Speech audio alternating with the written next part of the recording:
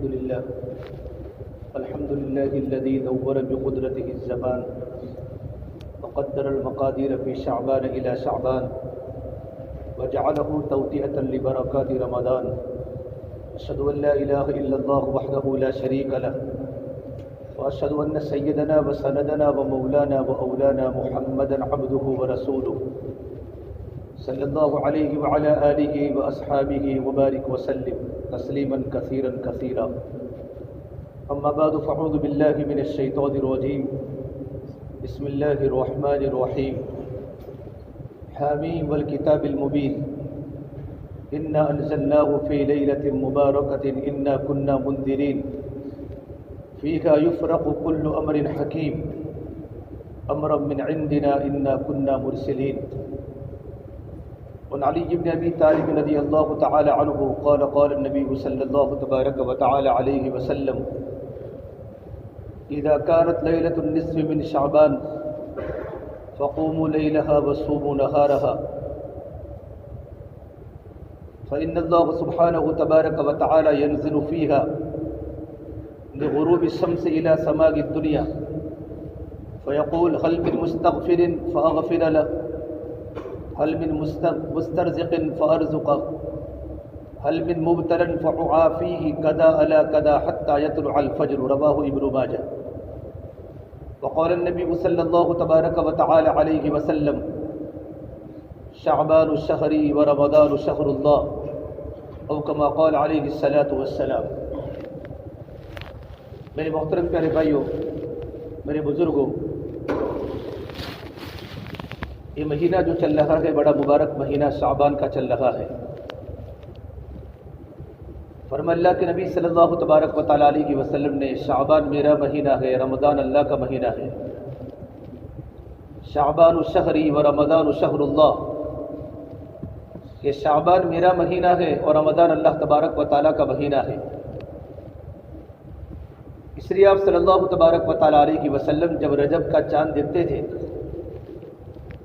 تو رجب کا چاند دیکھتے ہی آپ دعا فرماتے تھے اللہم بارک لنا فی رجب و شعبان وبلغنا الی رمضان. یہ دعا ہر ایک نے پڑھی بھی ہوگی، دعا کا پڑھنا مستون ہے کہ اللہ تعالیٰ رجب کے مہینے میں برکت دے، شعبان کے مہینے میں برکت دے اور تو مجھے رمضان کے مہینے تک پہنچا دے. یہ دعا کا ترجمہ ہے. یعنی آپ صلی اللہ تبارک و تعالیٰ علیہ وسلم رمضان کے برکات سے فائدہ اٹھانے کے لیے آپ طول عمر کی اللہ تعالیٰ سے دعا مانگتے تھے تاکہ میں رمضان کی برکت سے فائدہ اٹھاؤں. تو شعبان کا مہینہ بڑا برکت والا مہینہ ہے. حضرت اسامہ فرماتے رضی اللہ تعالیٰ عنہ کہ آپ صلی اللہ تبارک و تعالیٰ علیہ وسلم جتنے روزے شعبان کے مہینے میں رکھتے تھے اتنے روزے کسی مہینے میں نہیں رکھتے تھے رمضان کے علاوہ. کبھی کبھی آپ شعبان کے پورے مہینے کے روزے رکھتے تھے. تو پوچھا یا رسول اللہ اب شعبان کے روزے زیادہ کیوں رکھتے ہیں؟ تو میرے نبی نے فرمایا کہ شعبان کا جو مہینہ ہے وہ رجب اور رمضان کے درمیان ہے. اس مہینے میں اللہ تبارک و تعالیٰ کے پاس بندوں کے اعمال پہنچتے ہیں. تو میں چاہتا ہوں جس وقت میرا نامہ اعمال اللہ تبارک و تعالیٰ کی بارگاہ میں پہنچے تو میں روزے کی حالت میں رہوں. لیکن آپ صلی اللہ تبارک و تعالیٰ علیہ وسلم نے اپنی امت پر بڑی شفقت فرمائی کیونکہ اللہ کے نبی رحمت للعالمین ہیں، سید المرسلین ہیں. تو آپ نے فرمایا کبھی کبھی تو آپ پورے مہینے کا روزہ رکھتے تھے، آپ نہ سحری تلاوت فرماتے نہ افطاری کرتے تھے جس کو صوم وصال کہتے ہیں. نہ کھانا کھاتے تھے نہ پانی پیتے تھے، صوم وصال، نہ سحری نہ افطاری. جب اللہ نے حضرت موسیٰ علیہ السلام کو توریت لینے کے لیے کوہ طور پر بلایا تو اللہ نے کہا موسیٰ 1 مہینے کے روزے رکھو اور 1 مہینے کے روزے میں نہ آپ کو سحری کرنی ہے نہ افطاری کرنی ہے جن کو صوم وصال کہا جاتا ہے. حضرت موسیٰ علیہ السلام نے مسلسل 1 مہینے کے روزے رکھے، نہ کھانا کھایا نہ پانی پیا. جب انسان کھانا نہیں کھاتا پانی نہیں پیتا تو اس کے منہ سے بدبو نکلتی ہے. تو اللہ کے نبی موسیٰ علیہ السلام نے کہ اب اللہ سے ملاقات میں کوہ طور پر جانا ہے، توریت لینی ہے، ہم کلامی کرنی ہے، کلیم اللہ بننا ہے، تو لاؤ میں مسواک کر لوں. تاکہ میری منہ کی بدبو اللہ تبارک و تعالیٰ کو نہ پہنچے۔ حضرت موسیٰ علیہ السلام نے منہ کے اندر مسواک کر لی تو اللہ نے کہا موسیٰ روزے دار کی منہ کی بو میرے نزدیک مشک اور عنبر سے بھی زیادہ پسندیدہ ہے، تم نے کیوں مسواک کر لی اور 10 روزے زیادہ رکھو؟ یوں کر کے چلہ لگوایا۔ وَوَعَدْنَا مُوسَىٰ 30 لَيْلَةً وَأَتْمَمْنَاهَا ب10 فَتَمَّ مِيقَاتُ رَبِّهِ 40 لَيْلَةً، کہ ہم نے موسیٰ علیہ السلام سے صرف 30 راتوں کا وعدہ کیا تھا۔ وَوَعَدْنَا مُوسَىٰ 30 لَيْلَةً وَأَتْمَمْنَاهَا ب10، چونکہ 10 روزے اور رکھوائے تو انہوں نے 40 راتیں مکمل کی۔ پھر اللہ نے موسیٰ علیہ السلام کو اللہ نے کلیم اللہ بنایا۔ قال یا موسیٰ ان اصطفیتک برسالاتی وبکلامی فخذ ما آتیتک وکن من الشاکرین۔ یہ موسیٰ ہم نے آپ کو سلیکٹ کیا نبوت کے لیے، رسالت کے لیے، آپ کو کلیم اللہ بنایا، لو توریت ہاتھ میں پکڑو اور میرے شکر گزار بندوں میں شامل ہو جاؤ۔ تو موسیٰ علیہ السلام صوم وصال رکھتے تھے، اللہ کے نبی صلی اللہ تبارک و تعالیٰ علیہ وسلم بھی صوم وصال رکھتے تھے، لیکن موسیٰ علیہ السلام کو اس سفر میں کبھی بھوک نہیں لگی، بھوک نہیں لگی۔ ایک موسیٰ علیہ السلام کے 2 سفروں کو اللہ نے قرآن کریم میں اور جگہ پر بیان کیا ہے۔ ایک آپ کا سفر ہے ملک ایجپٹ سے لے کر مدین تک، مصر سے مدین، جب موسیٰ علیہ السلام نے ایک انسان کو قتل کر دیا بھول کے مارے، جو 2 لڑ رہے تھے، تو جب بات پہنچ گئی کہ اس کے قاتل موسیٰ ہیں تو فرعون نے فیصلہ کیا کہ موسیٰ کو قتل کرنا ہوگا، پھانسی ہوگی۔ تو ایک ہی انسان وہاں سے دربار میں سے دوڑتا دوڑتا موسیٰ علیہ السلام کو کہا موسیٰ تمہارے بارے میں مشورہ ہو رہا ہے قتل کا، تم جلدی ملک چھوڑ دو۔ وجاء رجل من اقصى المدينة يسعى قال يا موسى ان الملأ يأتمرون بك ليقتلوك فاخرج اني لك من الناصحين۔ مولویوں کے بہت سے لوگ چاہنے والے بھی ہوتے، صرف دشمن نہیں ہوتے۔ اس طرح انبیاء علیہ السلام کے بہت سے چاہنے والے بھی ہوتے ہیں، ہر جگہ پر مولوی کے دشمن ہوتے ہیں، تو اس طرح انبیاء کے بھی دشمن ہوئے اس زمانے میں، نبیوں کے بھی دشمن تھے۔ جس طرح نبیوں کے دشمن ہوتے تھے، اس زمانے میں نبیوں کے وارثین علماء کے بھی لوگ دشمن ہوتے ہیں جن کی فطرت پھوٹ چکی ہوتی ہے، علماء کے پیچھے رہتے۔ مجھے بہت سے لوگ مسئلہ پوچھنے آتے ہیں، ہمارے امام صاحب سود کھاتے گئے، ہمارے امام صاحب یہ کرتے، ان کے پیچھے نماز جائز ہے؟ میں کہا تمہاری نماز تو شیطان کے پیچھے بھی جائز ہے، اپنی نماز کی فکر کرو تم۔ میرے نبی کی حدیث ہے سلف خلف کل بر و فاجر، تمہاری نماز ہر نیک کے پیچھے بھی ہو جاتی ہے، ہر برے انسان کے پیچھے بھی ہو جاتی ہے۔ تمہارا کام تو صرف نماز پڑھنا ہے، ذمہ داری تو امام کو اللہ کے سامنے دینی ہے۔ تو موسیٰ علیہ السلام نے اس وقت چھوڑا، مصر چھوڑا، مدین پہنچے۔ موسیٰ علیہ السلام کے پاس کچھ تھا نہیں، تو وہاں جانے کے بعد ایک درخت سے پناہ لی۔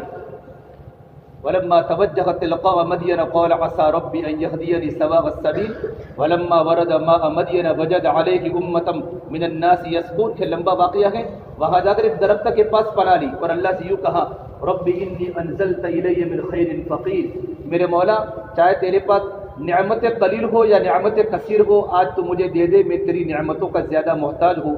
تو اس سفر میں موسیٰ علیہ السلام کو بھوک بھی لگی اور پیاس بھی لگی، اور اللہ نے ایک سفر موسیٰ علیہ السلام کا اور قرآن کریم میں بیان کیا ہے۔ جب موسیٰ علیہ السلام حضرت خضر کی ملاقات میں نکلے، اللہ نے کہا موسیٰ تم سے بھی بڑا عالم ہے خضر، ان کی ملاقات کر کے آؤ۔ واقعہ ہے، شان نزول میں اشارہ کر رہا ہوں۔ تو موسیٰ علیہ السلام کا اللہ میں ضرور ملاقات کروں گا، تو ساتھ میں اپنے خادم کو لیا جو بعد میں بڑے نبی بنے، یوشع ابن نون، اور اللہ نے فرمایا کہ موسیٰ تم ٹفن لے لو، زنبیل لے لو، اور زنبیل میں مچھلی کا ناشتہ لے لو، تو یہ مچھلی جہاں زندہ ہو کر چلے وہ تمہارے بزرگ کے ملنے کی جگہ ہوگی۔ یہ اللہ نے علامت بتائی ملاقات کی۔ وَإِذْ قَالَ مُوسَىٰ لِفَتَاهُ لَا أَبْرَحُ حَتَّىٰ أَبْلُغَ مَجْمَعَ الْبَحْرَيْنِ أَوْ أَمْضِيَ حُقُبًا فَلَمَّا بَلَغَ مَجْمَعَ بَيْنِهِمَا نَسِيَا حُوتَهُمَا فَاتَّخَذَ سَبِيلَهُ فِي الْبَحْرِ سَرَبًا۔ اب موسیٰ علیہ السلام اور یوشع ابن نون اپنے خادم کو لے کر پہنچے۔ موسیٰ علیہ السلام کو تھکن لگی تو ایک چٹان کے ہاں سو گئے۔ قال ارأيت اذ اوينا الى الصخرة فاني نسيت الحوت، چٹان کے پاس سو گئے، لیکن یوشع ابن نون جاگ رہے تو دیکھا زنبیل ہلی، مچھلی نکلی، اور مچھلی سمندر میں سرنگ بناتی چلی گئی۔ حضرت قتادہ فرماتے ہیں مچھلی کا ایک حصہ تو تھا بھی نہیں، اور مچھلی سمندر میں حصہ بناتے بناتے چلی گئی۔ یوشع ابن نون نے دیکھا بڑے تعجب سے کیا ہے، لیکن کہا موسیٰ علیہ السلام آرام میں ہیں، وہ جاگیں گے تب بھی بتاؤں گا۔ لیکن جب موسیٰ علیہ السلام اٹھے تو حضرت یوشع ابن نون بھول گئے، اللہ نے بلا دیا، شیطان نے بلا دیا۔ لیکن جب تم آگے چلے، قال ارأيت اذ اوینا الى الصخرة فانی نسیت الحوت، تو کہاں قال لفتاه آتنا غداءنا لقد لقينا من سفرنا هذا نصبا۔ ارے یوشع، جب ایک دن اور ایک رات بہت زیادہ آگے چلے، پھر بھوک لگی تو کہاں وہ ناشتہ لاؤ مچھلی والا، آتنا غداءنا، غدا بولتے دوپہر کے کھانے کو، لقد لقينا من سفرنا هذا نصبا، میں اس سفر میں بہت تھک چکا ہوں۔ تو یوشع ابن نون نے کہا ہاں میں تو بھول چکا، کیا کہ ارأيت اذ اوینا الى الصخرة فانی نسیت الحوت وما انسانیہ الا الشیطان ان اذکر واتخذ سبیلہ فی البحر عجبا۔ ارے میں تو آپ کو کہنا بھول گیا، آپ جس وقت آرام میں تھے اس وقت وہ مچھلی زندہ ہوئی تھی اور عجیب طریقے پر فی البحر عجبا، عجیب طریقے پر سمندر میں سرنگ بناتی بناتی چلی گئی۔ حضرت موسیٰ نے کہا بھائی یہی تو ہماری منزل تھی جہاں خضر کی ملاقات ہوتی۔ قال ذلك ما كنا نبغ فارتد على آثارهما قصصا۔ پھر یوشع ابن نون اور موسیٰ پھر دوبارہ واپس چلے۔ اس سفر میں موسیٰ علیہ السلام کو بھوک بھی لگی اور پیاس بھی لگی۔ پہلے سفر میں موسیٰ علیہ السلام کو کوہ طور پر 1 مہینے کا روزہ رکھا، نہ افطاری کی نہ سحری کی، نہ بھوک لگی نہ پیاس لگی۔ دونوں سفروں میں موسیٰ علیہ السلام کو بھوک بھی لگی پیاس بھی لگی۔ تفسیر قرطبی میں علامہ قرطبی فرماتے ہیں کہ پہلا سفر موسیٰ علیہ السلام کا اللہ کی طرف تھا، مخلوق کا خالق کی طرف تھا، اس لیے نہ پیاس لگی نہ بھوک لگی، اور دونوں سفر مخلوق کا مخلوق کی طرف تھا، اس لیے موسیٰ علیہ السلام کو پیاس بھی لگی اور بھوک بھی لگی۔ موسیٰ علیہ السلام صوم وصال رکھتے تھے۔ اللہ کے نبی صلی اللہ تبارک و تعالیٰ علیہ وسلم کو امت کے ساتھ بڑی ہمدردی تھی۔ صحابہ تو اللہ کے نبی کی نقل اتارتے تھے، اللہ کے نبی کی نقل، تو صحابہ نے بھی اللہ کے نبی کی طرح روزہ رکھنا شروع کیا، نہ افطاری کرنا، نہ افطاری نہ سحری، تو صحابہ کمزور پڑ گئے۔ تو اللہ کے نبی نے فرمایا ایکم مثلی، تم میرے جیسا بننا چاہتے ہو؟ تم میرے جیسا نہیں بن سکتے ہو۔ یطعمنی ربی ویسقینی ربی، میرا رب تو مجھے کھلاتا بھی ہے، میرا رب تو مجھے پلاتا بھی ہے، وہ روحانی غذا ہے انبیاء کی، اس لیے تم میرے جیسے بننے کی کوشش مت کرو۔ یطعمنی ربی ویسقینی ربی، کہ میرا رب تو مجھے کھلاتا بھی ہے، میرا رب تو مجھے پلاتا بھی ہے۔ صحابہ کرام کمزور پڑ گئے۔ آپ صلی اللہ تبارک و تعالیٰ علیہ وسلم نے فرمایا اذا انتصب شعبان فلا تصوموا، اگر کوئی انسان شعبان کے روزے رکھنا چاہتا ہو تو 15 شعبان تک روزے رکھے، 15ویں شعبان کے بعد روزہ رکھنا بند کر لے۔ اگر مسلسل رکھتا ہو، کیونکہ آگے رمضان کے روزے رکھنا فرض ہے، ورنہ بدن میں کمزوری آ جائے گی تو رمضان کے روزے میں کیا ہو جائے گا، آدمی کی طاقت کم ہوگی تو فرضیت کی اہمیت دلوں سے نکل جائے گی۔ آپ صلی اللہ تبارک و تعالیٰ علیہ وسلم امت کے ساتھ بڑی ہمدردی بڑی شفقت فرماتے تھے، تو شعبان کا پورا مہینہ آپ نے روزہ رکھا کبھی کبھی، اور آپ نے فرمایا شعبان تو میرا مہینہ ہے اور رمضان تو اللہ کا مہینہ ہے، شعبان شہری و رمضان شہر اللہ۔ شعبان کی فضیلت سنائی، پھر فرمایا کہ شعبان کے مہینے میں ایک 15ویں شعبان ہے، 15ویں رات، جو شعبان کے دن 15ویں شب برات۔ شب برات کو شب برات کیوں کہتے ہیں؟ سیدنا عبد القادر جیلانی فرماتے ہیں کہ برات 2 وجہ سے ہیں، ایک تو اللہ تبارک و تعالیٰ اپنے گنہگار بندوں سے براءت کرتے ہیں، ان سے ان کا کوئی واسطہ نہیں۔ نمبر 2، اللہ تبارک و تعالیٰ اپنے نیک بندوں کو ذلت و خواری سے براءت کرتے ہیں کہ میرے نیک بندوں پر کبھی ذلت طاری نہیں ہوگی۔ جس طریقے پر دنیا کے مسلمانوں کے لیے 2 عیدیں ہیں، عید الفطر عید الاضحیٰ، اس طریقے پر فرشتوں کے لیے 2 راتیں ہیں، ایک شب برات اور شب قدر کی رات ہے۔ اللہ نے قرآن کریم کی ہے جو تجویز کی تجویز، اِنَّا أَنزَلْنَاهُ فِي لَيْلَةٍ مُبَارَكَةٍ إِنَّا كُنَّا مُنذِرِينَ۔ اکثر مفسرین کا کہنا ہے یہ لیلۃ المبارکات سے مراد شب قدر کی رات ہے، لیکن بعض مفسرین فرماتے ہیں اسے شب برات کی رات بھی مراد ہو سکتی ہے۔ تو علماء نے اس کی تطبیق کی ہے کہ اللہ نے قرآن کریم کا جو بل پاس کیا وہ شب برات کی رات میں بل پاس کیا، اور قرآن کریم کا بل پاس کرنے کے بعد شب قدر میں اللہ نے فرشتوں کے حوالے کیا۔ اللہ کے نبی نے پوچھا، عائشہ سے پوچھا، عائشہ تم کو کچھ پتا ہے شب برات کی رات میں کیا ہوتا ہے؟ تو عائشہ نے کہا مجھے کچھ پتہ نہیں. تو میرے نبی نے فرمایا جب شب برات کی رات ہوتی ہے اس رات میں اللہ تبارک و تعالیٰ جتنے دنیا میں بچے پیدا ہونے والے ہیں ان تمام کی فہرست بنتی ہیں. آئندہ سال تک اتنے بچے پیدا ہوں گے، اتنوں کی موتیں ہوگی، اتنا رزق لکھا جائے گا، اتنوں کا نکاح ہوگا، کہ ساری کی ساری باتیں شب برات کی رات میں اس کا بل پاس ہوتا ہے اور شب قدر کی رات میں فرشتوں کے سامنے رجسٹر پیش کر دیا جاتا ہے. عائشہ فرماتی ایک مرتبہ اللہ کے نبی صلی اللہ تبارک و تعالیٰ علیہ وسلم میری باری کے گھر پر رات کو دیر سے آئے. آپ رات کو جلدی قیام فرماتے تھے، جلدی سوتے تھے، اور آپ کی عادت شریفہ تھی جب آپ گھر میں تشریف لاتے تھے تو آپ آہستہ سے دروازہ کھولتے تھے اور آپ اس طریقے پر سلام فرماتے تھے کہ جاگنے والا سلام کا جواب دے دے، سونے والے کے نیند میں خلل نہ پڑے. اے میرے نبی کے اخلاق اپنے گھر والوں کے ساتھ تھے. دروازہ اتنا آہستہ کھلتے کہ سونے والے کی نیند میں خلل نہ آئے. عائشہ فرماتے کہ میں جاگ رہی تھی، آپ گھر میں داخل ہوئے اور آپ نے سلام کیا اور آپ نے اپنے کپڑے نکالے، اور کپڑے نکالنے کے بعد آپ تھوڑی دیر کی آرام کیا اور آپ نے دوبارہ کپڑے پہن لیے اور دوبارہ کپڑے پہننے کے بعد آپ گھر سے نکل گئے. عائشہ فرماتی ہے جو اللہ کے نبی کی محبوبہ بیوی ہیں، عائشہ فرماتی میرے دل میں غیرت آئی کہ ہو سکتا ہے کہ میرے نبی راتوں رات گھر چھوڑ کے چلے گئے ہیں، کسی اور اللہ کے نبی اپنی بیوی کے پاس چلے گئے ہوں گے. مجھے اس بات پر غیرت آئی تو میں نے اللہ کے نبی کے پیچھے دیکھنے کے لیے گئی. عورتوں کی فطرت ہے. تو دیکھا کہ اللہ کے نبی کہاں ہے، تو میں نے دیکھا کہ آپ صلی اللہ تبارک و تعالیٰ علیہ وسلم جنت البقیع میں تشریف لے گئے، اور جنت البقیع میں جانے کے بعد اب مسلمان مردوں کے لیے، مسلمان عورتوں کے لیے استغفار کرنے لگے ہیں. اللہ کے نبی کا ایک ہی مرتبہ تھوڑی دیر کے لیے آپ کا قبرستان میں جانا ثابت ہے. نہ آپ نے اپنی بیوی کو کہا کہ میں قبرستان جاتا ہوں، نہ آپ نے کبھی زندگی میں دوبارہ شب برات کی رات میں آپ قبرستان گئے ہیں، نہ آپ نے صحابہ کو ترغیب دی ہے. آج شب برات کی رات میں جو چاروں طرف آتش بازیاں ہوتی ہے، قبرستان بھر جاتے ہیں، مسنون عمل نہیں ہے. میرے نبی زندگی میں ایک بار گئے، 63 سالہ عمر میں آپ ایک بار تشریف لے گئے، نہ اپنی بیوی کو پتہ ہے، نہ صحابہ کو ترغیب دی گئی. تھوڑی دیر میں آپ واپس تشریف لائے تو مولانا عالمیہ فرماتے تھے اگر آدمی اس پر عمل کرنا چاہے تو اتنا ہی عمل کرے جتنا میرے نبی نے کیا ہے.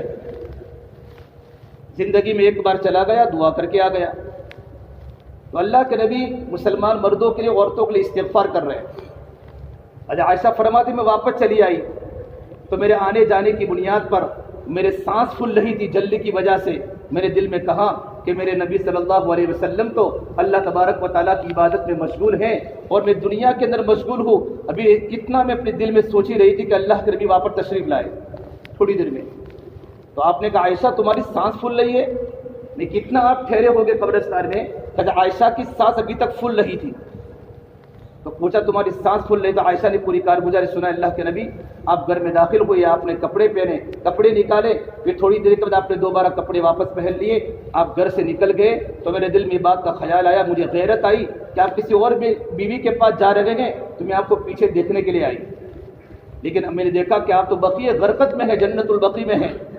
تو میرے نبی نے کہا عائشہ کیا تمہارا گمان ہے کہ اللہ کا نبی تمہارے ساتھ خیانت کر سکتا ہے، تمہارے ساتھ بے انصافی کر سکتا ہے؟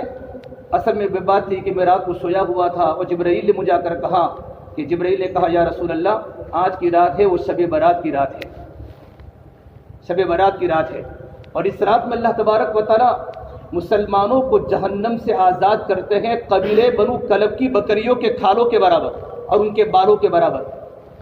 عرب کا ایک بہت بڑا قبیلہ ہے قبیلے بنو کلب. ان کی بکریاں بہت زیادہ مقدار میں تھی، بہت زیادہ بھیڑ ان کے پاس موجود تھی، اور اس کے بال تھے بکریوں کے بالوں کے برابر. اللہ تبارک و تعالیٰ اس رات میں اللہ تعالیٰ اپنے گنہگار بندوں کو جہنم سے آزاد کرتے گئے. یہ بات مجھے جبرائیل نے کہی. تو میں قبرستان میں جا کر اپنی امت کے لیے مغفرت کی دعا کرنے گیا تھا کہ اللہ میری امت کو تو معاف فرما دے. پھر آپ نے اپنی بیوی سے کہا عائشہ کیا تم مجھ کو اجازت دیتی ہو کہ میں قیام کروں رات کو؟ نفل نماز پڑھنے کے لیے بھی شوہر کو بیوی کی اجازت، یہ میرے نبی نے عائشہ کی اجازت نہیں ہے. عائشہ کیا تمہاری اجازت ہے کیونکہ میری تمہارے یہاں سونے کی باری ہے، کیا میں نفل نماز پڑھ سکتا ہوں آج کی رات میں؟ یہ میرے نبی نے عورتوں کے حقوق بتلائے ہیں کہ نفل نماز پڑھنا ہو تو عورت سے پوچھو، فرائض میں نہیں، فرائض میں کسی کی اطاعت نہیں ہے. تو آپ نے کہا اللہ کے نبی میرے ماں باپ آپ پر قربانہ پڑھ سکتے ہیں، تو آپ مسجد پہ تشریف نہیں لے گئے. بلکہ آپ نے اپنے گھر کے اندر ہی نفل نماز شروع کی. شب برات کی رات میں مسجدوں میں چراغاں کرنا اور سحر گائی کرنا اور دھوم مچانا، مجمع کا جمع کرنا، یہ عمل مسنون نہیں ہے. نفل عبادتیں جتنی خلوتوں میں کی جائے گی اتنا اللہ کا قرب ملے گا. کوئی انسان یوں کہے کہ گھر میں ماحول نہیں ہوتا، اور گھر میں ماحول نہ ہونے کی بنیاد پر فوراً نیند آ جاتی ہے، تو بھئی تھوڑی دیر بھی ماحول ملا وہ بہت بڑا ہے، پوری رات جاگنے سے بھی زیادہ ہے. کہ مجھے تنہائی میں اللہ کا قرب ملا. پھر آپ نے لمبا قیام کیا اور آپ نے لمبا سجدہ کیا، اتنا لمبا سجدہ کیا فسجد لیلا طویلا حتی ظننت انہ قبض. حضرت عائشہ فرماتی اتنا لمبا سجدہ کیا کہ مجھے گمان اس بات کا ہو چکا کہ اللہ کے نبی دنیا سے پردہ فرما چکے ہیں. تو میں نے آپ کے تلووں پر میں نے اپنا ہاتھ رکھا تو آپ کے تلوے گرم تھے، اور میں نے سنا کان لگا کر تو آپ یہ دعا فرما رہے تھے، اعوذ بعفوک من قدرتک واعوذ برضاک من سخطک واعوذ بک جل وجہک لا احصی ثناء علیک انت کما اثنیت علی نفسک. آپ یہ دعا بار بار سجدے میں پڑھا کرتے تھے. تو جیسے آپ نے سلام پھیرا ہے تو کہا عائشہ نے پوری کارگزاری اللہ کے نبی کے سامنے کہ اللہ کے نبی میں نے آپ کی پوری دعا سجدے میں سنی. تو کہا جبرائیل نے مجھے یہ دعا بتائی تھی اور عائشہ اس رات میں دعا کو خوب پڑھا کرو. پھر میرے نبی نے فرمایا کہ مجھے جبرائیل نے یوں کہا تھا، اللہ تبارک و تعالیٰ کی طرف سے حکم تھا کہ اللہ تبارک و تعالیٰ اس رات میں اللہ تعالیٰ ہر ایک کو معاف کرتا ہے. بہت سے دنیا کے انسانوں کو اللہ تعالیٰ گنہگاروں کو جہنم سے آزاد کرتے ہیں، مگر کچھ لوگوں کا کیس پینڈنگ رہتا ہے، ان کی اس رات میں مغفرت نہیں ہوتی. بہت بڑی بات ہے، کیونکہ اس گناہ میں اچھا خاصا قسم کا مجمع اس میں موجود ہے. پہلی بات بتائی کہ اس رات میں اللہ تبارک و تعالیٰ بڑے سے بڑے پاپی کو اللہ تعالیٰ جہنم ختم فرما کر اس کے لیے جنت کا فیصلہ فرماتے ہیں.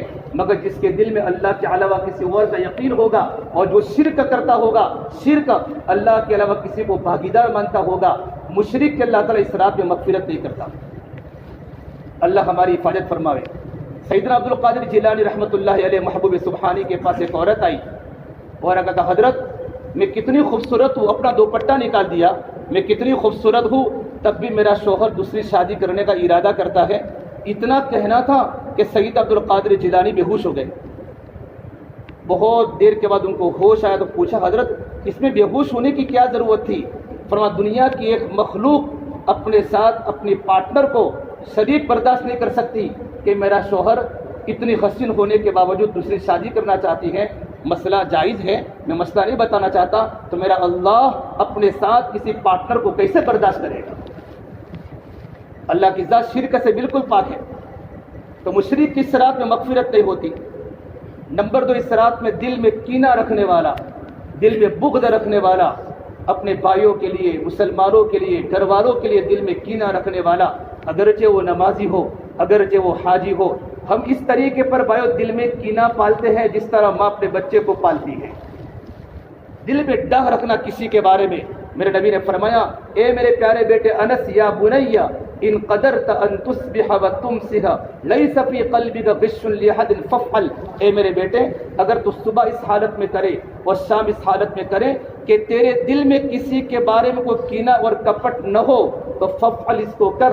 وذلك من سنتی، یہ میری عظیم سنت ہے، یہ میری عظیم سنت ہے. اللہ نے قرآن کریم کے بارے میں کہا الف لام میم ذالک الکتاب لا ریب فیہ، یہ وہ کتاب ہے، یہ ترجمہ غلط ہے، یہ وہ عظیم کتاب ہے، اس میں کوئی شک و شبہ کی گنجائش نہیں، یہ میری عظیم سنت ہے. پھر میرے نبی نے فرمایا من حب سنتی فقد احبنی ومن احبنی کان معی فی الجنہ. جس نے میری سنت سے محبت کی اس نے مجھ سے محبت کی، اور جس نے مجھ سے محبت کی وہ میرے ساتھ جنت میں داخل ہوگا. تو دلوں کی صفائی پر تو جنت کی بشارت ہے، اور دلوں کی صفائی پر تو اللہ کی طرف سے مغفرت کا اعلان ہے. اپنے دلوں کو پاک رکھنا. نمبر 3 فرمایا کہ ماں باپ کی نافرمانی کرنے والا، ماں باپ کو کبھی دکھ پہنچایا اس کے بارے میں نہیں ہے، مستقل ماں باپ کو دکھ پہنچانے والا، عاق للوالدین، ماں باپ کے دل کے ٹکڑے ٹکڑے کرنے والا. اللہ پاک جب کسی گناہ کے بارے میں کوئی لفظ استعمال فرماتے ہیں تو اللہ ذنوب کا لفظ استعمال کرتے ہیں یا خطیتن کا لفظ استعمال کرتے ہیں. لیکن ماں باپ کی نافرمانی کے بارے میں اللہ نے کیا کہا؟ عاق للوالدین. یعق عقا عربی میں بولتے ہیں کاغذ کے ٹکڑے ٹکڑے کر دینا. جو انسان دنیا میں ماں باپ کو تکلیف پہنچا کر دنیا میں ترقی کرتا ہو، اللہ موت سے پہلے پھر اس کی زندگی کے ٹکڑے ٹکڑے کر دے گا. یہ مفہوم علماء نے کتابوں میں لکھا ہے کہ ماں باپ کی نافرمان کے بھی شب برات کی رات مغفرت نہیں ہوتی۔ نیچے ازار کو لٹکانے والا، ٹخنوں کے نیچے ازار ہو، لنگی ہو، لیکن شرط ہے تکبر کے ساتھ، بغیر تکبر کے کسی کا پیٹ بڑا ہے یا غفلت، سستی، کوتاہی میں اگر ازار نیچے ہو جائے تو اللہ کی طرف سے معافی ہے، لیکن کوئی تکبر، اس سے انسان فخر کرتا ہے میں کچھ دکھتا ہوں، تو یہ تو اللہ کی نگاہ میں بہت بڑا گناہ ہے، اس کی بھی صراط مغفرت نہیں ہوتی۔ اور فرمایا قطع تعلق کرنے والا، قطع رحمی کرنے والا، رشتے داروں کے ساتھ توڑنے والا، ایک ہی تھال میں کھانے والے دو بھائی اور ایک ہی ماں کی چھاتی کا دودھ پینے والے دو بھائی اور دو بہنیں، چند پیسوں کی بنیاد پر، چند پلاٹ کی بنیاد پر بھائی بھائی سے نہیں بولتا، بھائی بہن سے نہیں بولتا، بہن بھائی سے نہیں بولتی۔ میرے بھائیوں، اللہ کو لڑائی اور جھگڑا اللہ کو بالکل ناپسند ہے۔ اللہ تعالیٰ سب کچھ معاف کرتا ہے، لیکن قطع تعلق اچھے خاصے گھرانوں کے اندر بھی ہوتا ہے، اللہ پاک اس کی بھی صراط مغفرت نہیں کرتا۔ اور چھٹا شراب پینے والا، وہ بھی اللہ اس رات میں اس کی بھی مغفرت نہیں ہوتی۔ بھائیو، ہم ان گناہوں سے اللہ کے سامنے توبہ کریں، بڑی مبارک رات آ رہی ہے۔ اللہ کے نبی نے اس رات کے فضائل تو سنائے، لیکن اس رات کا میرے نبی نے کوئی مخصوص عمل نہیں بتایا۔ آج لوگوں نے کچھ نمازیں گھڑ لی ہیں کہ مغرب کی نماز کے بعد 2 رکعت پڑھو تو عمر لمبی ہوگی، 2 رکعت پڑھو تو زندگی کی قضا گناہ معاف ہو جائے گی۔ بھائیو، یہ سب من گھڑت باتیں ہیں، یہ نہ میرے نبی کا کوئی مسنون طریقہ ہے، نہ میرے نبی نے ایسی کوئی بات ارشاد فرمائی ہے۔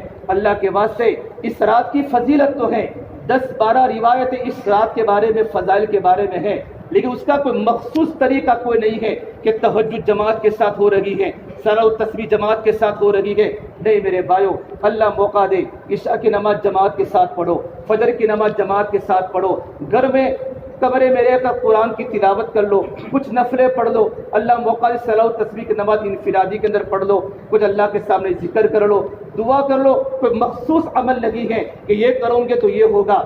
پورے سال کا بے نمازی شب برات کی نفل پڑھ کر کیا اس کے پورے سال کی نمازیں معاف ہو جائے گی؟ تو لوگ پھر نماز پڑھنے کیوں آتے ہیں؟ پھر جمعہ میں اتنا سارا مجمع کیوں ہوتا ہے؟ پھر فجر میں پبلک کیوں آتی ہے؟ شب برات کی 2 رکعت پڑھ لو، پورے سال کی نمازیں قضا معاف ہو جائے گی۔ نہیں میرے بھائی، لوگوں کی من گڑت باتیں ہیں۔ ہم تو وہ کہیں گے جو اللہ نے کہا، ہم وہ کریں گے جو میرے نبی نے کہا۔ میرے نبی کی باتوں کو لینا ہے۔ ما آتاکم الرسول فخذوہ وما نہاکم عنہ فانتہوا۔ رسول جس چیز کو تم کو دے اس کو پکڑ لو، اور جس چیز سے منع کرے اس سے بچ جاؤ۔ یہ نبی سے محبت کی بھی نشانی ہے اور اللہ تعالیٰ سے محبت کی بھی نشانی ہے۔ تو شعبان کا برا مہینہ آ رہا ہے، عام رمضان کی آمد ہے، تو رمضان کے پہلے شعبان سے تیاری کرو۔ ایک انسان فرض نماز میں خشوع خضوع چاہتا ہے تو سنتیں پڑھتا ہے تو اس کی نمازوں میں خشوع خضوع آتا ہے، مسجد میں جلدی سے آتا ہے۔ رمضان کی تیاری شعبان کے روزوں سے کرو، رمضان کی تیاری شعبان سے کرو۔ اور یہ رات حضرت علی فرماتے ہیں جب شعبان کی 15ویں شعبان کی رات ہوتی ہے، میرے نبی نے فرمایا قوموا لیلھا، راتوں کو قیام کرو۔ قیام کرنے کا مطلب یہ ہوتا ہے ادھر ادھر جاگنا، جتنا اللہ موقع دے جاگو، عبادت کرو ورنہ سو جاؤ، اور دین کو روزہ رکھو۔ یہ ضعیف روایت ہے، اگر کوئی انسان روزہ رکھنا چاہے تو نفل کا ثواب ملے گا، اگر اپنا قضا کوئی روزہ باقی ہے اگر یہ نیت کر لے تو قضا روزہ بھی ہو جائے گا، نفل روزہ بھی ہو جائے گا۔ پھر علی فرماتے ہیں اللہ اس رات میں آسمان سے آتے ہیں سمائی دنیا پر، پہلے آسمان پر تشریف لاتے ہیں اور ایک آواز ہوتی ہے کوئی گناہوں سے مغفرت چاہنے والا میں اس کی مغفرت کروں، حل من مسترزق فرزق، ہے کوئی روزی کو طلب کرنے والا میں اس کے لیے روزی کا انتظام کروں، اور ہے کوئی پریشان جو میرے سامنے دعا کرے تو میں اس کی پریشانی کو ختم کروں۔ قضا الا قضا حتی یطلع الفجر، یہاں تک کہ صبح صادق تک اللہ کی طرف سے ندا آتی ہے۔ اس سے میرے بھائیو، شب برات کی رات ویسی ہی رات ہے، اس رات کے فضائل ضرور ہیں، اس کا کوئی مخصوص عمل نہیں ہے۔ اللہ جو بھی عمل کی توفیق دے وہ عمل گھر میں کرو، ہو سکے مسجد میں بھی کرو لیکن گھر میں بھی کرو، ہمارے بچے بھی۔ لیکن پوری رات جاگنا، پھر فجر کی نماز کو چھوڑ دینا، 15ویں شعبان کی ظہر بھی چھوٹ جاوے، 15ویں شعبان کی عصر بھی چھوٹ جاوے، پھر راتوں کو سو جانا بھی افضل ہے۔ تو رمضان آ رہا ہے، ہمارے استاد فرماتے تھے جب انسان کو کوئی مکان بنانا ہو اور مکان میں نیا کلر کرنا ہو، نیا روغن کرنا ہو، تو پرانے کلر کو ختم کیا جاتا ہے، اس کو صاف کر دیا جاتا ہے تاکہ نیا رنگ چڑھے۔